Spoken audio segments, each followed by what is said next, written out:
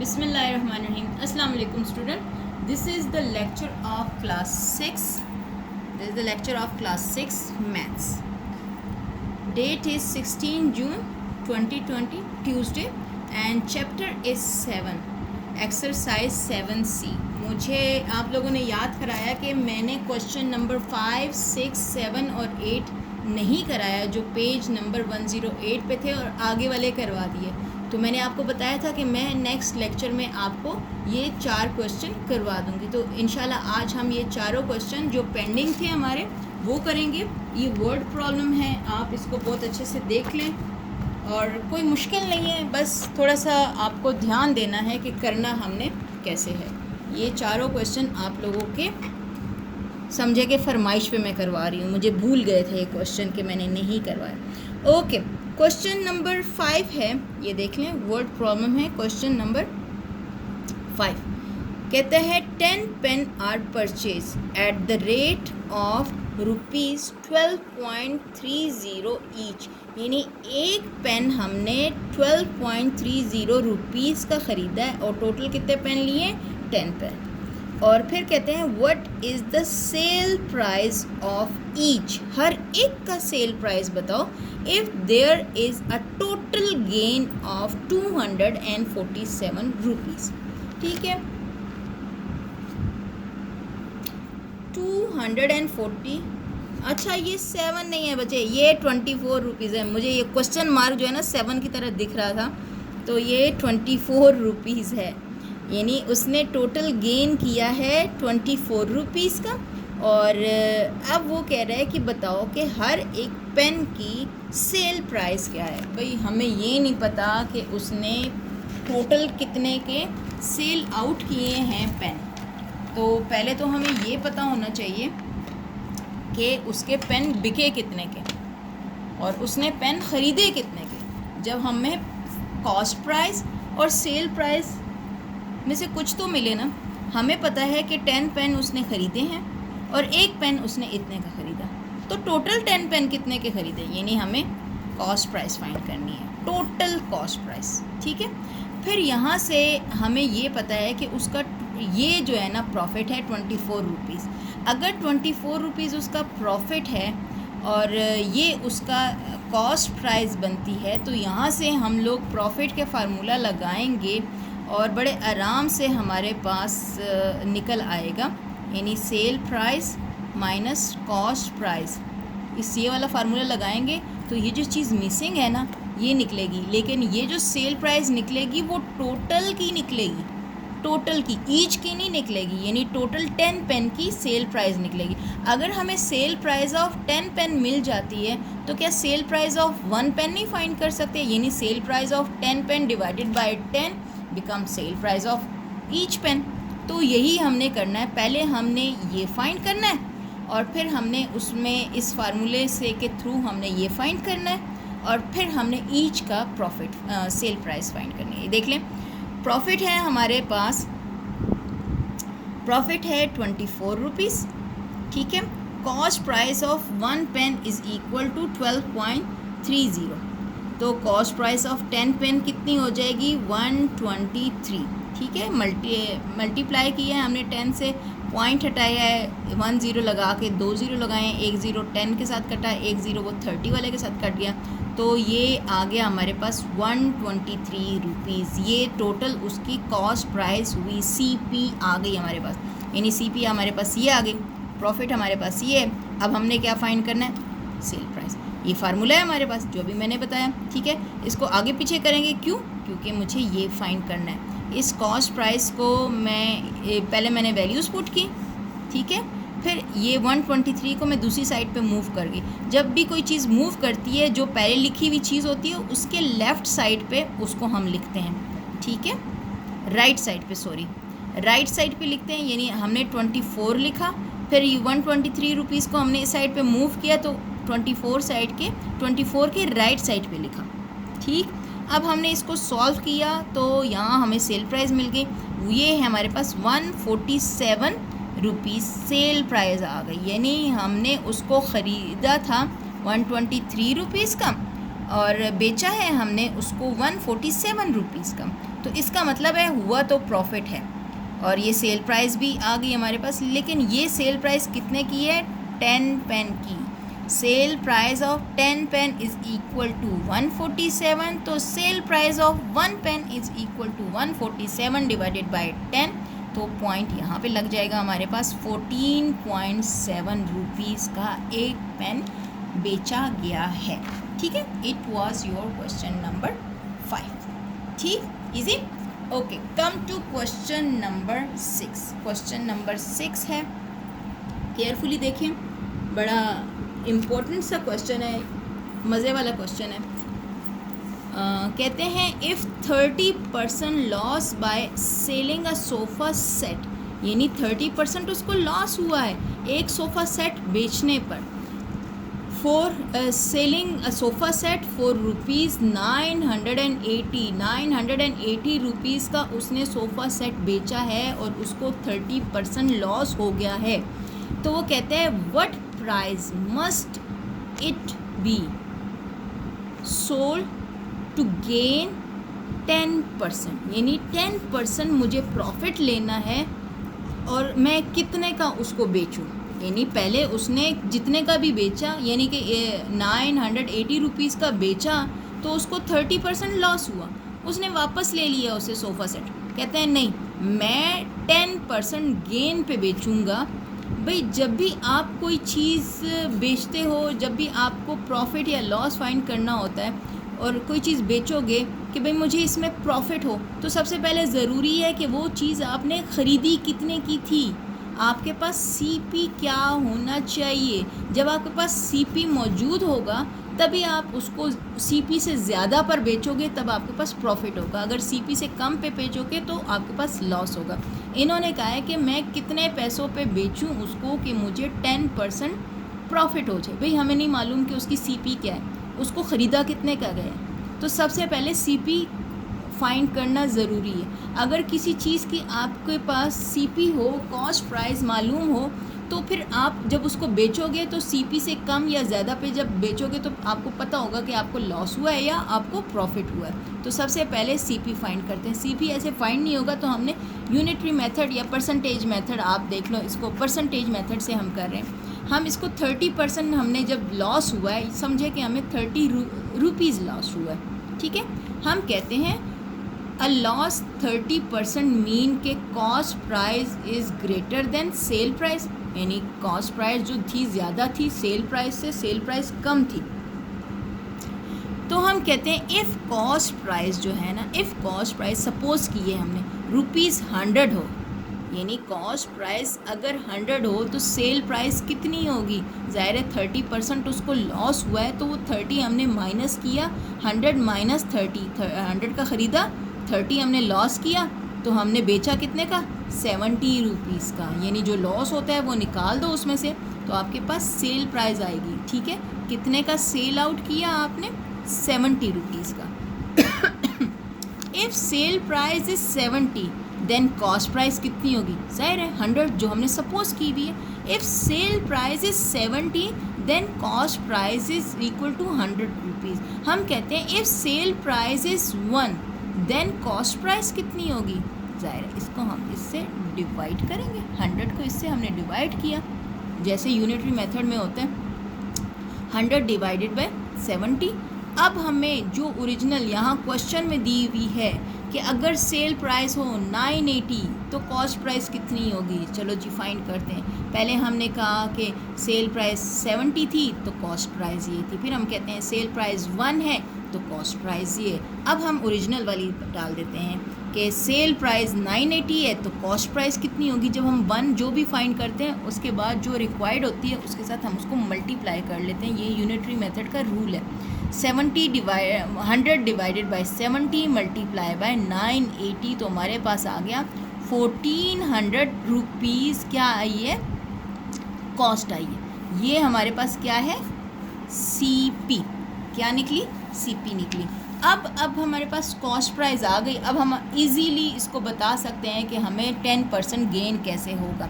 Now a gain of 10% mean sale price should be greater than cost price.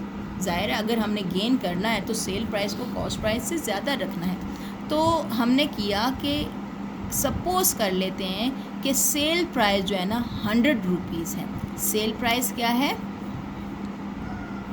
If cost price is equal to 100 rupees, यानी हमने suppose कर लिया है कि cost price ये वाली 1400 नहीं है, 100 है, ठीक है, सपोजिशन वाली वैल्यू है।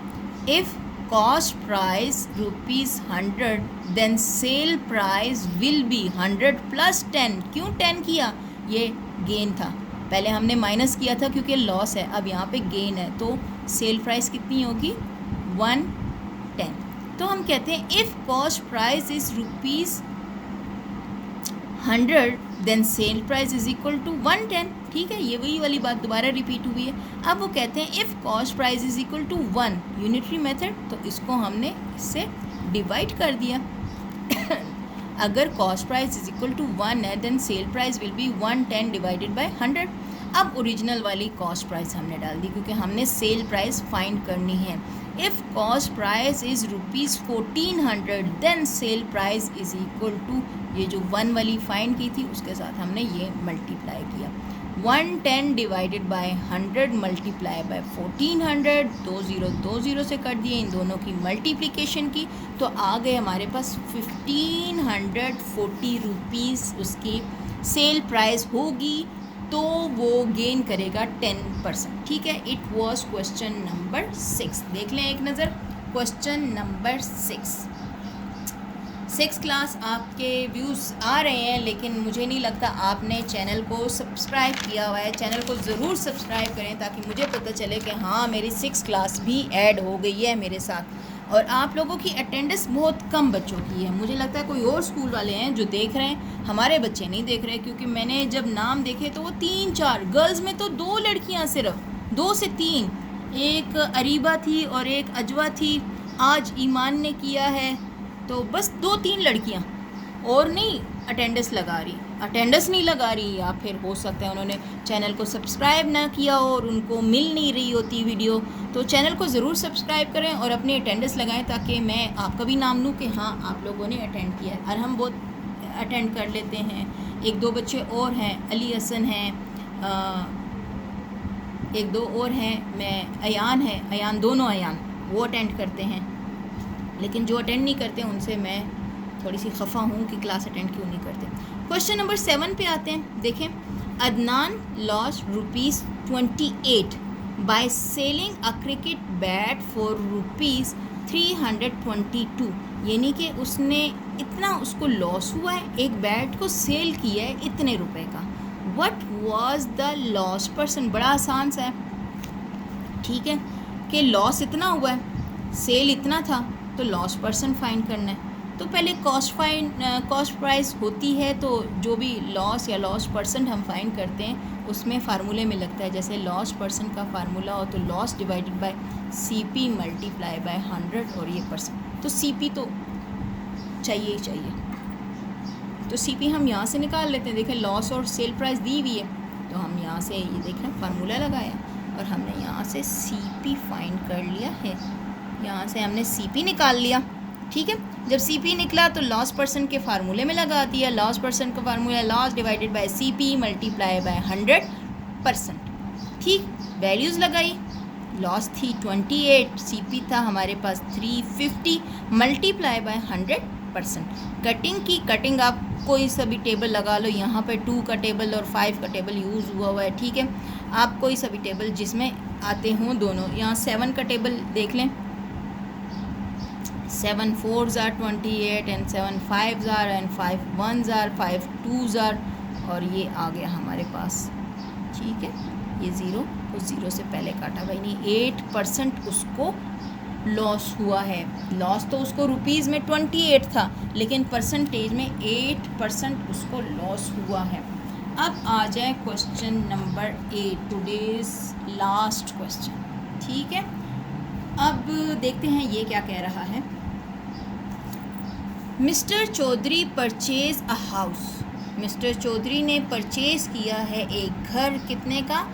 6.1 लाख का, 6.1 लाख रुपीज़ का, एंड स्पेंड ₹30,000 ऑन इट, ठीक है, ऑन इट्स रिपेयर।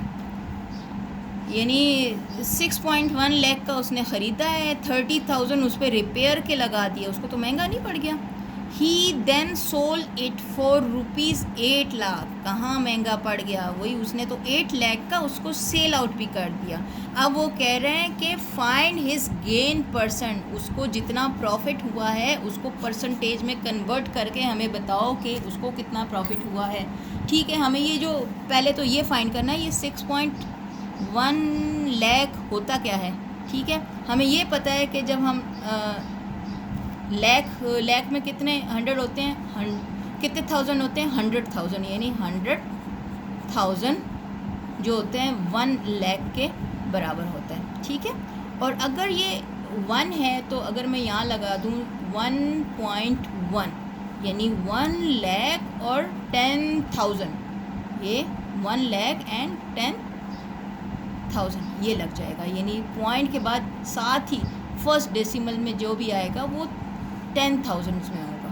ठीक है, यानी अगर यहाँ पर हमारे पास 1 लाख है और देखें, और इसके बाद मैं यहाँ पर एक लगाती हूँ, एक नंबर यहाँ पे पॉइंट लगा दिया और यहाँ नंबर लगा दिया, तो देखें क्या बना, 10,000 बना कि नहीं बना। ठीक है, और अगर मैं ये 2 लगाऊंगी तो ये 20,000 बन जाएगा, 3 लगाऊंगी 30,000, यानी जो भी इस तरह हमने बनाना होगा ना तो हमें पता चल जाएगा कि कैसे आ रहा है। अगर ये 6.1 है तो 6 लाख कैसे होगा, 6 1 2 3 4 5। ठीक है, तो ये यहाँ है, तो बाकी को अगर हम पॉइंट हटाते हैं और उसको थाउजेंड्स में कन्वर्ट कर रहे हैं तो ये कितना आ गया, 6 लाख एंड 10,000। ठीक है, ये हमारे पास आ गया।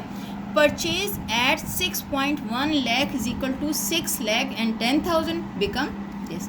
हमेशा यूनिट ज़रूर लिखा करें। ठीक है, 6 lakh and 10,000, spend on it 30,000। ठीक है, ख़र्चा उस पर आ गया, तो कॉस्ट उसको कितने की पड़ी, 6,10,000 की ये, और 30,000 उसने ऊपर ख़र्चा किया तो 6,40,000, 6,40,000 रुपीज़ उसका टोटल एक्सपेंडिचर हो गया, यानी उसका ख़र्च हो गया। उसको कितने की पड़ गई, 6,40,000 का वो घर चौधरी साहब को पड़ गया।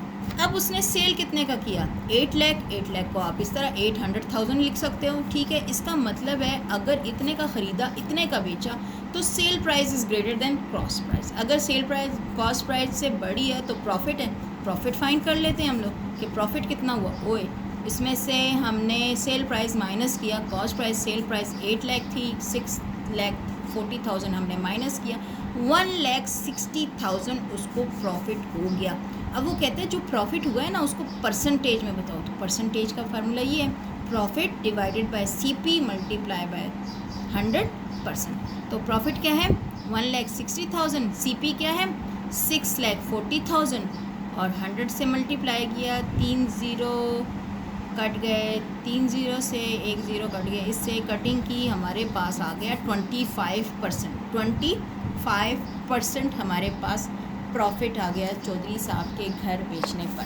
ठीक है, आज हमने आपके क्वेश्चन नंबर 5 भी कर लिया। देख लें, क्वेश्चन नंबर 5 भी आपका हो गया। ये है क्वेश्चन नंबर 5, ये है क्वेश्चन नंबर 6। इसके स्क्रीनशॉट ले लें और फिर जूम करके देखें कि किया क्या है हमने। अब ये क्वेश्चन नंबर 7 एंड ये क्वेश्चन नंबर 8, ये क्वेश्चन 7 और ये क्वेश्चन 8।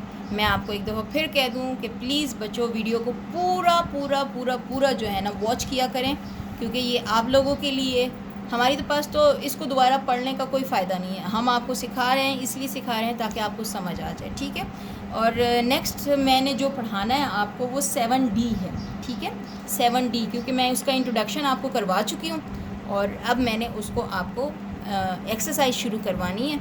लेकिन उससे पहले ये आप उस तक कर लें, 1-2 दिन में ये कंप्लीट कर लें ताकि आपके पास पेंडिंग वर्क ना हो। मैं आपको एक दफ़ा फिर कह रही हूँ, वीडियो को पूरा वॉच करें। ठीक है, ताकि मुझे पता चले कि हाँ आप वीडियो को देख रहे हैं। सही है, और अपना बहुत ज़्यादा ख्याल रखें, अपने घर वालों का बहुत ख्याल रखें और दुआओं में मुझे भी याद रखें। ठीक है, मैं भी आपकी टीचर हूँ, आखिर मुझे भी दुआओं में याद रखें, अपना बहुत ज़्यादा ख्याल रखें। थैंक यू सो मच, अल्लाह हाफ़िज़।